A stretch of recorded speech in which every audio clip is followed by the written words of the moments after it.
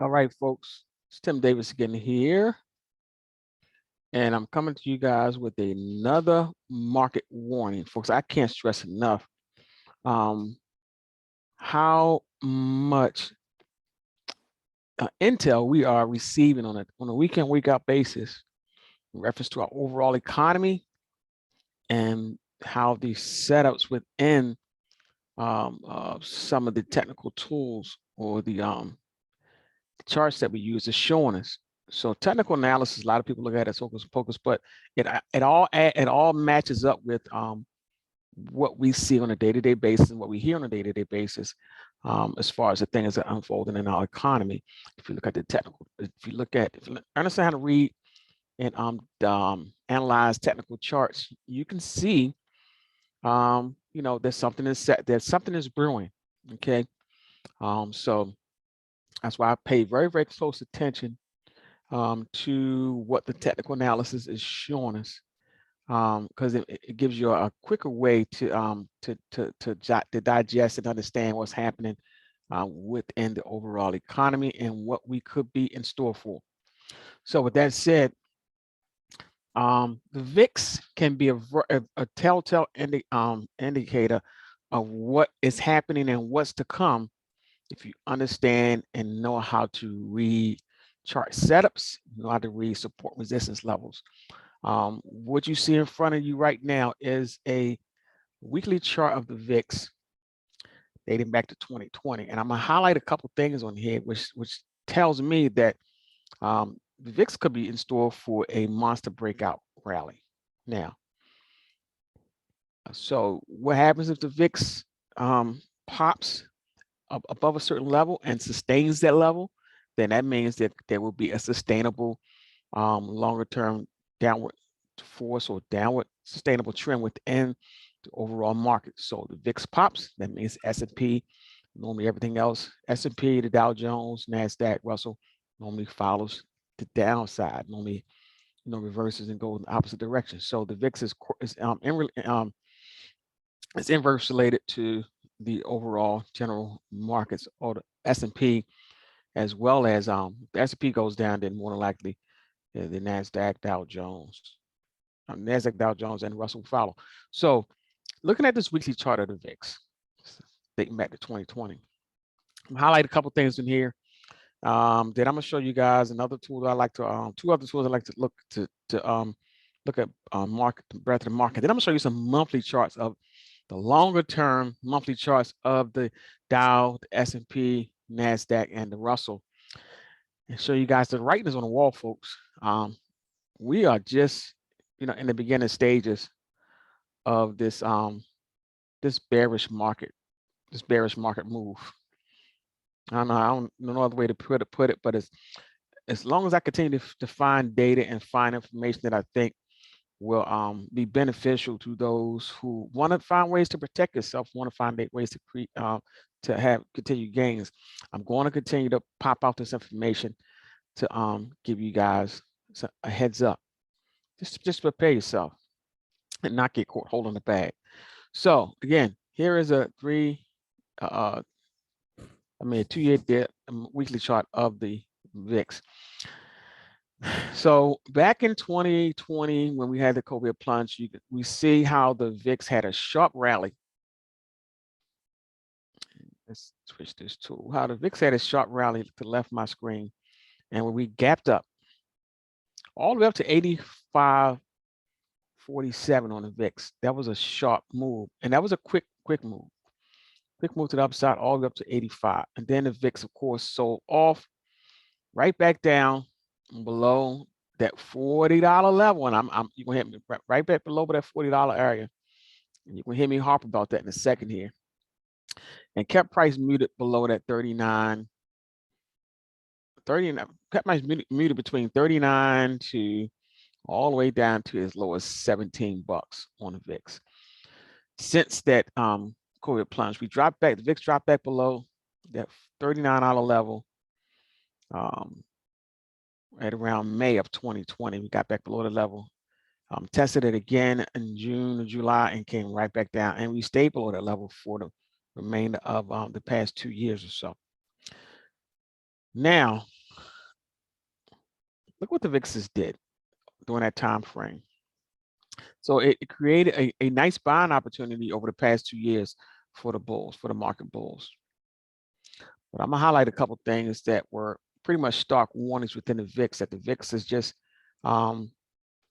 finding a comfortable range bound area, okay, between a certain level before the next major breakout. So if we look back around September of 2020, the VIX tested that level that we fell below again, that 39-hour level. We tested that level back in August of 2020. Tested that level again here back around November, between October and November of 2020. We came all the way back down to the lower portion of this range and tested that level again slightly around January of 2021. Then we came all the way back down to the bottom of the range, and we just hovered and we stayed right around that 17-hour level. You know, could not get back up to that 39 level for multiple months until got extremely close right here. That was around, let's call it December of 2021. All right. And I'm gonna point out something. So that was December 2021. And then that, when we got close to that level in December 21, we came back down to test the bottom of the range one last and final time, it appears. That was around January of 2022. Since January of 2022, folks, we have not tested the bottom. We have not come back down to test this bottom of this range. January 2021, 2022, the VIX got down to as low as 1646. We have not tested that low since then. So that tells me that since that low in January of 2020 of this year, January 2022, the VIX has been creating higher lows. So we got close to that level right here in April of 2022, but we only got down to 1817. Okay, and since then, it seems like the least path of resistance for the VIX is up. So we have been pounding that 39-hour level like crazy, like it's knocking on that ceiling, trying its best to break out the ceiling. We tested it here. We tested it here. We tested it here. Tested it almost here. So since we have not created any lows, we have been pounding on that ceiling. Pounding on that ceiling around January 2020, January around January 24th of this year. Tapped that ceiling around February 21st this year. Tapped that ceiling again around March 7th, 2022 this year. Came all the way back down there and then right back up. Look at that. Nice horseshoe pattern, right back up to almost test the level May the 2nd. All right, folks, that shows me that the VIX is pounding and knocking on the ceiling. It's knocking on the ceiling, knocking on the roof, like let me through, let me through. Folks, I'm pointing this out to show you guys how much information we are getting to prepare ourselves for a possible VIX breakout. And if we get a VIX breakout, we're definitely going to see a market breakdown. We ain't seen a market breakdown yet. All this volatility that we see right now, back and forth movement, that's just a setup for what's to come. So if the VIX breaks out, folks, above this 39-hour level and hit above 40, let me stretch this back out just to give you guys what we could be looking at. So here's what we see. This range-bound motion that we've been seeing for the past 2 years. Up to 40, back down, up and down, and then muted for quite a bit, and then back up to test. Started testing this range again back in November last year. Up and down, up and down. Look at this nice horseshoe pattern.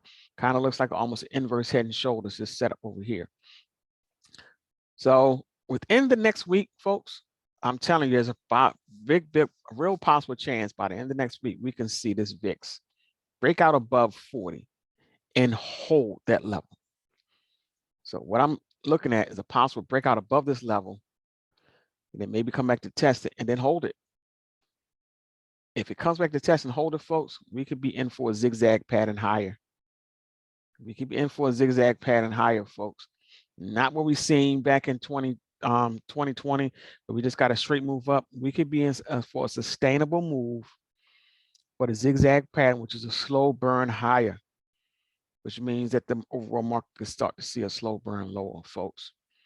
This is something worth noting, worth pointing out. Makes it easier for you to establish yourself in this type of environment by understanding and using technical analysis and charts in order to prepare yourself properly, versus listening to all the day-to-day data as far as, you know, inflation peaking and all this other stuff. You know, speculating where markets could go. Look at the technical charts; it can show you where markets are probably heading. And some other tools I'm gonna show you here in a second that try to help you find out where we could finally find some relief. Now, if for some reason over the next year or two we make it back up to this $80, $85 level on the VIX, that's going to be a strong area of resistance. Okay, not sure if you're going to make it that far, but I want to point this out because I'm telling you guys, we've been muted within this range for the past 2 years, and we break out of that range. The next range is going to be between 40 and 85, folks. You know, so just food for thought. If you break out above this $39 level and we hold this support level, hold it as because former resistance will become support. If we hold that level, we are in store for a longer term downtrend, folks. There's no other way to put it. A couple key warning signals that we got on this week. I told you guys that if Apple breaks below that 150, that's it. That's a wrap, folks. And Apple got that break below 150, folks. All right. And let me get rid of this fib trace because this really is useless at this point. Is no, because nobody knows how far we could be going down. But this is a weekly chart of Apple. And we got that break below this 150 level. This 150 level has been holding. It's been a strong area of support. And we actually broke that level and stayed below that level over this week. If we look at a monthly chart of Apple, folks, it looks like the top of a mountain that's about to be reversed. See, look at that. It's like a rollover right here on a monthly chart.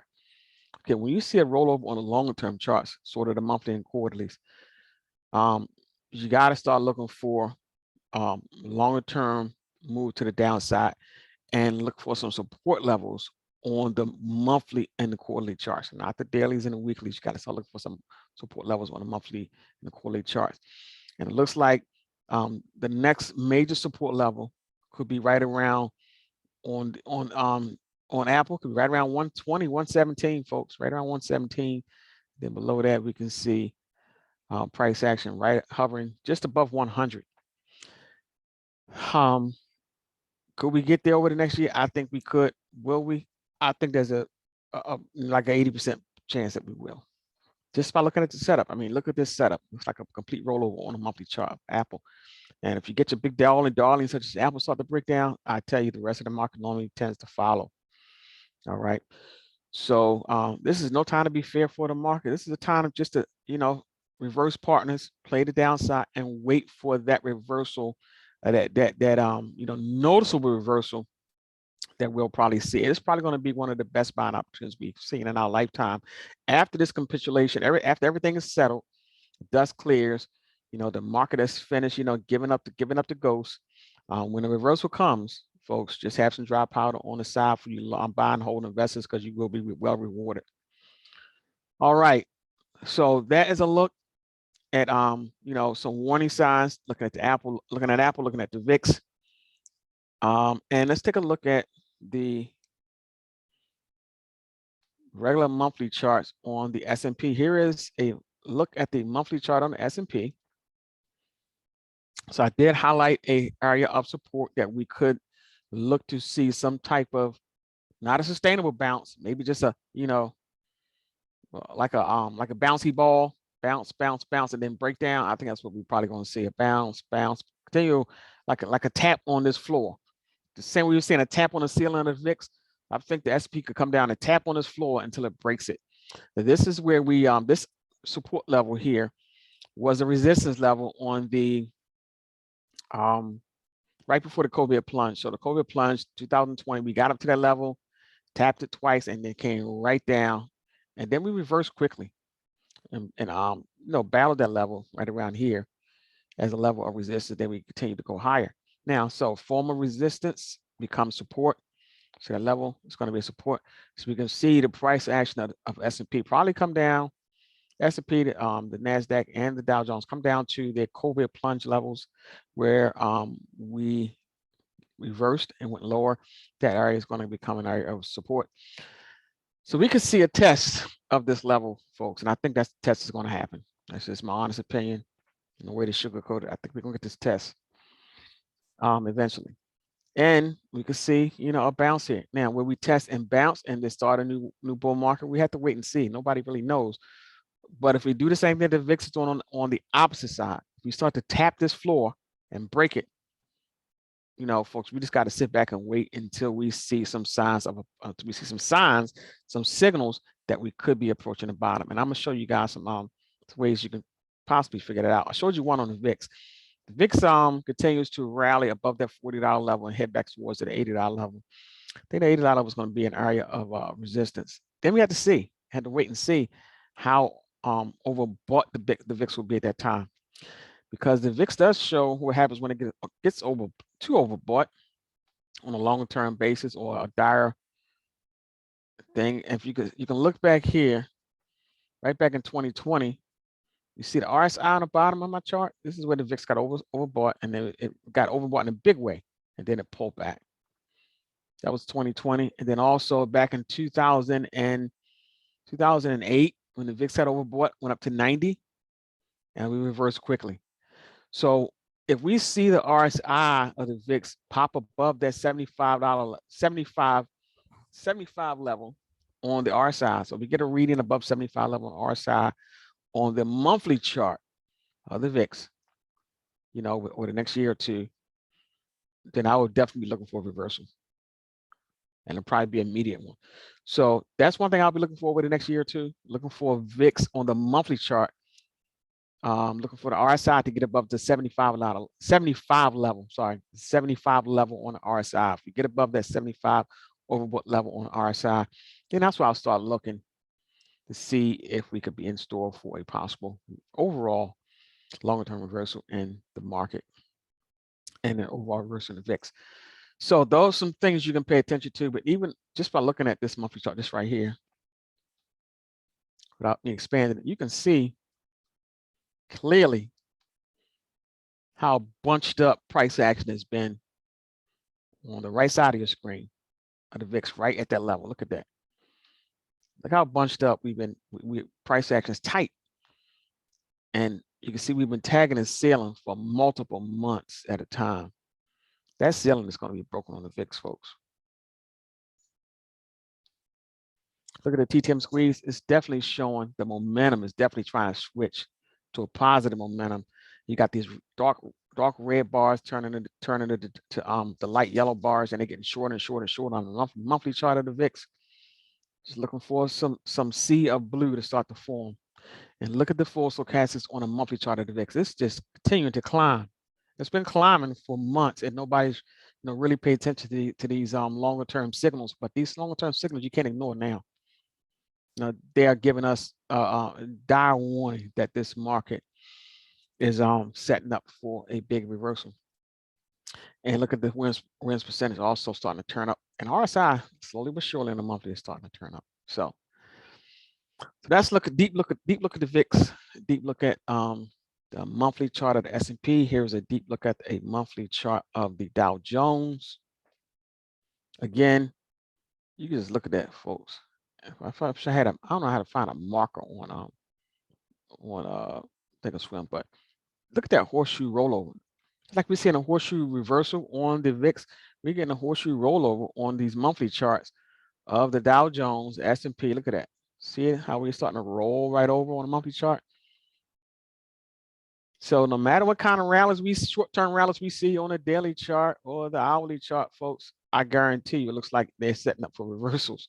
They're going to be bear market rallies, and then we're going to see them just reversing the main way. So just be careful trying to chase these bear market rallies until we see these longer-term charts start to show us some proof that the market has found some type of support level. That's the Dow. Okay, let's take a look at the Nasdaq monthly chart. That Nasdaq and the Russell probably the worst of the bunch. Excuse me. Sorry about that, folks. Here's the monthly chart of the Nasdaq, and man, oh man, it's just heading straight down, almost like a falling knife on a monthly chart. Let me get rid of these levels. These levels don't mean anything anymore. We just gotta let the chips fall where they may. These ranges are just useless at this point because the market seems like it just wants to throw up. So now I'll leave this support level in there because that's the level that that's the COVID plunge level, which became an area of support once we price action was able to rise back above it back in 2020. So now that breakout level where it was a resistance becomes support. So this support level on the Nasdaq is right around 10,000 level, folks. So we could see a lot more downside on the Nasdaq over the next month or so, down to the 10,000. We got to see what happens. Again, if I was to show you guys a quarterly chart, I mean, the quarterly chart tells me, and this is like a falling knife, and the quarterly chart tells me that 2020 level probably won't hold. Quarterly chart, look at the RSI on a quarterly. It's just starting to dip. And anytime we have dipped this hard on the RSI on the quarterly chart, we have seen significant downturns in the overall market, sustainable downturns. Last time we seen a big dip like this out of the overbought territory on the quarterly chart was back here in 2009. And we dipped down and we stayed down. I'm sorry, take that back, folks.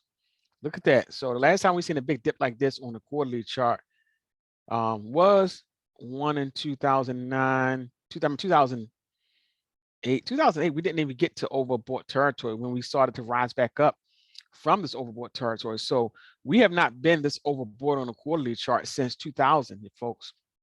So we got to the overbought territory. And if you see, we've been tagging this overbought territory on the quarterly chart for quite a while. Since we got above this overbought territory on the quarterly chart back in 2013, we stayed above it, dipped below it just a little bit in 2018. I think that was a warning for what's to come in the future, folks. 2018 gave us a sharp warning of what we could see in the future. And it looks like it took 4 years for this to play out. But we reached a big time overbought territory on the quarterly chart back in 2021. It's like we're starting to unfold. So the last time we were so overbought on the quarterly chart was back in 2000. And in 2000, we see the RSI really dipped in a big way and stayed in that valley for quite some time until, it stayed down in that valley, started to rise up just a little bit between 2002 all the way to 2008, and then we came right back down. So I say that to say that, and if you look at these candles, folks, on this quarter, it looks like we have probably never seen such overboughtness in this market and a complete reversal, big time reversal on the quarterly charts. Looks like a falling knife to me. It looks like we could see probably, I mean, who knows how how deep this market will dive over the next year or so, but this setup does not look like a good setup for the bulls.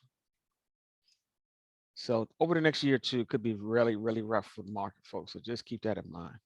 That's what a quarterly chart looks like. All right. Oops, didn't I mean to do that? I meant to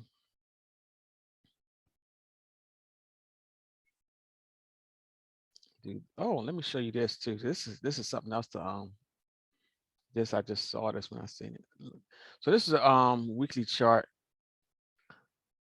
of the Nasdaq, and as you can see, this red line here is a 250-day moving average. We are starting to approach that level where we can see a test, but I don't think none of this is going to hold up, folks. I think we're going to continue to roll over. Here is a 20-day moving average that is now crossing below the 50-day moving average on a weekly chart of the Nasdaq. So I wanted to point that out. Completely bearish. All right, that's the Nasdaq. Now let's take a look at the Dow Jones, at the S&P. Let's take a look at the Russell 2000.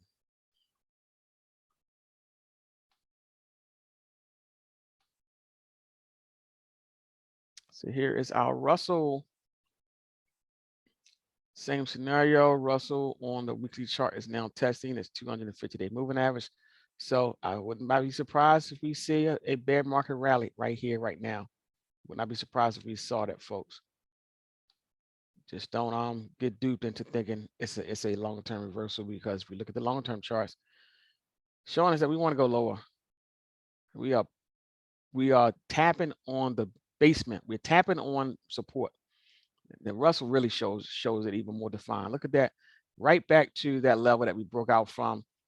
So we tagged this level on the way up twice. On the way up, this trend line that I got drawn here, we tagged that level on the way up, which was resistance. We tagged it in August of 2018. We pulled back. Tagged it again in August. I'm sorry, in the beginning of 2020. We had the COVID plunge. We pulled back, and then we rallied hard after that pullback. Lasted about a month and a half or so. Rallied hard, back above the level. Then it's like we're curving right back down. Now former resistance becomes support. We are tapping that floor, and I think we're going to break that floor. That's my honest opinion. All right, so that's the Russell. Now, let's take a look at one last tool I wanted to show you guys before I end this. And I'm going to show you guys what's happening right now in the short term, which could be one last opportunity for the bulls to exit this market and choose a different strategy. I think we could be in store for a little bit of a bounce rally here in the near term. If we look at the VIX futures right now, let's switch this to a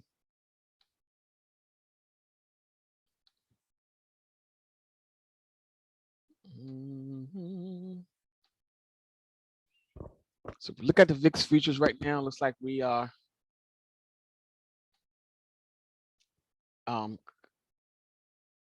trying to, go lower, but I think we're going to find some support right here in this VIX somewhere, folks. So don't fall in love with this either. Now, it looks like the VIX is pulling back right now overnight, but that $30 level is now a strong area of support for the VIX in the short term. I think we're going to find some support right here in this VIX. We already tapped the oversold territory on this VIX futures chart. And this $30 level is going to be an area of support for the VIX in the short term. So we got to see how this plays out. We could be in store for another choppy session on Friday. Today is May the 13th, so May the 14th. Because I'm sorry, now it's May the 13th. This is 1 a.m. in the morning. I'm recording this video. So we could see a choppy session. I think we're going to probably do the same thing we've been seeing here lately. The VIX sold off over the past couple of days, back down to this $30 level. And I think we're going to see a choppy session. I think we're going to see the VIX stay above 30. That's my honest thought. I think the VIX could possibly stay above 30.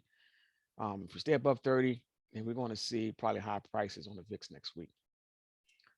That's a short-term look. Now, two last things I want to share with you guys. The SPXA 200R is a tool that I like to track that shows it tracks the percentage of S&P 500 companies trading above their 200-day moving average. And I am going to, this also is hitting a level of support. So I've been tracking this too for a while. This is a level of support. I don't think we're going to all be back up here. You can see a little bounce when we go back up to the 30% level, 32% level, and I think we'll see a sharp reversal. I want to draw your attention to the monthly chart of this. This is what I wanted to really get to. Here's a monthly chart of this tool. Notice you see we got this arrow all by itself down here at the bottom. That's where I think we're going. I think we're going back to the level. That's the level we seen back in 2009, which is around 0. So that means around 0% of S&P 500 companies trading above their 200-day moving average. And if we look at the next tool I'm going to show you, we are not far from that, folks. So that's why I say I don't know when we'll get this reversal, but we're not far from that. And we could get down to this level and just stay there for a minute. That's another scary thing. We could make it down to the 0 level and could stay there, could hover there. Back in 2008, 2009, we hovered there for a couple months. Each one of these candles represent a month. We hovered there for a couple months before we decided to get that big rally. And if we look at the quarterly chart of this tool, if you look at the quarterly chart of this tool, it shows us that we are just starting to see the full stochastic starting to reverse to the downside. So this is beginning. If this is beginning on the quarterly chart, then I could definitely see us to continue to have several more quarters of this,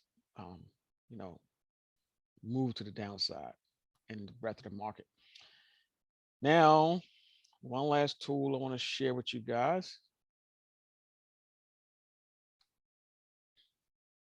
is show you guys my Twitter page first. This is not where I wanted to be, so stand by. That's not where I wanted to be either. So, all right, so let's go back here. So here is my Twitter page, folks. If you guys want to get in touch with me, or you want to, keep abreast of everything that I post, I'm gonna show you guys how you can follow me, and I'm gonna show you guys some tools that I like to use as well. So one of the persons I follow on a regular basis, and I'm gonna show you guys that too on YouTube, which is I would encourage you guys to follow his Twitter page and YouTube channel, which is AJ Monty, and I'm gonna show you guys how to get to that.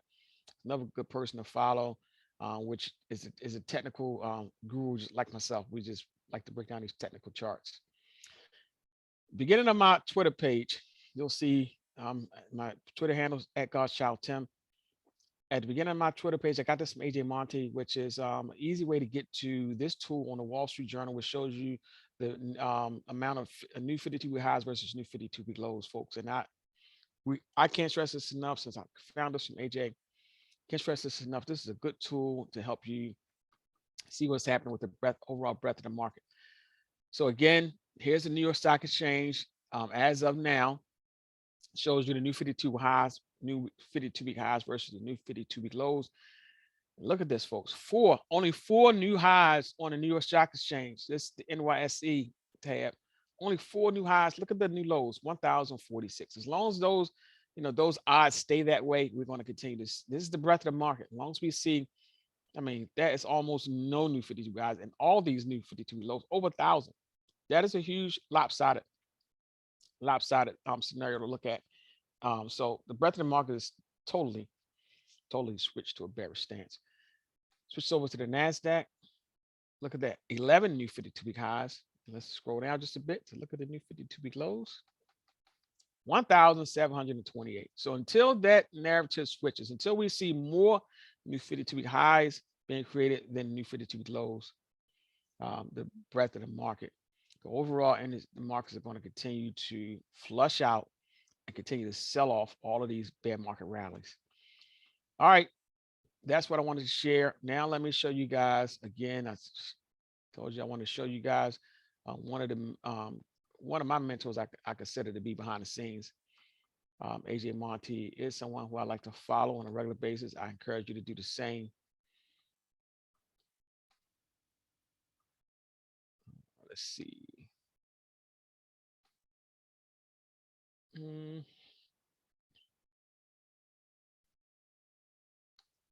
So if you want to follow AJ, here is his Twitter page. He is with Market Rebellion. and he does a weekly YouTube channel like myself. Here's his page, The Option Oracle, at The Option Oracle. And again, he used to have that Wall Street Journal tag to the top of his channel, but I don't see it now, but I have it top of mine. And like to follow AJ on YouTube. Or if you like to get his, he does a weekly market analysis every Friday.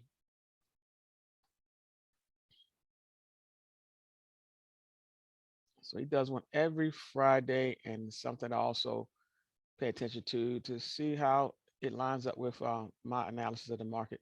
So if you go to YouTube, type in AJ Monty Weekly Market Report every Friday, or every sometime after the market closes between Friday and that Saturday. Friday or Saturday or Sunday, he'll come through with his analysis of the market and what he expects in the coming days or weeks. This is what it looks like. AJ Monty Weekly Report. It is within the Market Rebellion team. They have a lot of videos there, but um, I mean, he shares a lot of good information. He comes up with a lot of good articles that I'd like to share you guys with. And yeah, so pay attention to myself, pay attention to AJ Monty, and you won't go wrong when it comes to, finding, continue. I'm guiding you through this new phase of this bear market, and if you stick with us, you'll definitely be able to find out when we believe that there's going to be a significant reversal. Right now, the bears are sinking their teeth into this market, folks. So, all right, folks, that's all I have to share with you guys. Hopefully, this is information that can help guide you through this type of environment that we're probably never seen in our lifetime, and may not see again for a while. So this is great. These times, folks, when this volatility is so heavy like this, and when we see a reversal in trend, like a major reversal in trend, this could be great opportunities for those folks who are interested in getting into the market, and those folks who are interested in learn how to trade this market to the downside. Learn it now, because if you're a buy and hold investor, this is probably going to hurt you for a while. And then once the market, bottoms, or we see some type of activity that's showing that the bulls are ready to take back ownership of this market, you know, we'll show you those signs. We'll show you those signs as well. So this is a great opportunity to make some funds on the downside, and a great opportunity to take those funds that you made on the downside and have them ready for when the market reverses. All right, folks, enjoy the rest of your morning. I know this was a little bit long video, but I wanted to do this because every time I see something that I think is worth noting, I have been recording these videos like crazy, just to try to keep you guys abreast and keep you guys prepared for what could be in store for our market trading and our future in the near term and longer term. All right, folks, enjoy the rest of your morning. I'll catch you guys on the next video.